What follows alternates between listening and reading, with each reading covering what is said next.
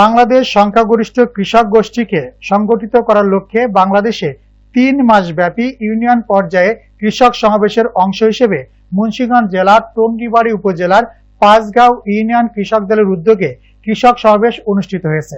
Staff reporter Mohammad Nasir Uddin জানান, Panchgaon union কৃষক দলের আয়োজনে রোববার বিকেলে ১০ওর গ্রামে এ সমাবেশ অনুষ্ঠিত হয়।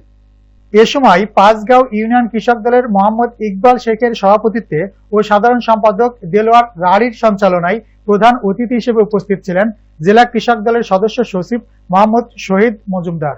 বিশেষ অতিথি ছিলেন উপজেলা কৃষক দলের সভাপতি মোহাম্মদ আমিনুল ইসলাম তালুকদার, পাঁচগাঁও বিএনপির ইউনিয়নের সভাপতি মোহাম্মদ সেলিম শেখ, উপজেলা কৃষক দলের সিনিয়র সহসভাপতি আব্দুল আজিজ হাওলাদার, উপজেলা কৃষক দলের সাধারণ সম্পাদক কাদের পারভেজ ঢালী সহ সকল কৃষক নেতৃবৃন্দরা উপস্থিত ছিলেন।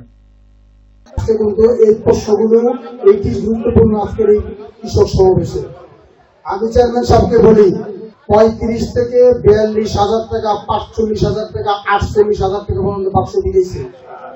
আগামীতে বাংলাদেশ জাতীয়তাবাদী দল যদি ক্ষমতায় আসে, প্রতিটা বাক্স নির্ধারিত মূল্যের চেয়ে স্বল্প ১,০০০ থেকে ৫০০ টাকা কিনে লাভ করে আলুর বাক্স বিক্রি করতে হবে।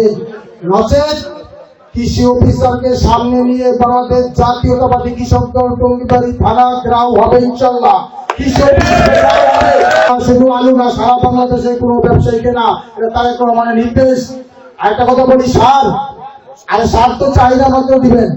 সলিমুল্লাহর দাবি, সেলিম চেয়ারম্যানের দাবি টিএসপি, আলী আহমদ চেয়ারম্যানের দাবি টিএসপি, ইকবালের দাবি টিএসপি দিতে হবে।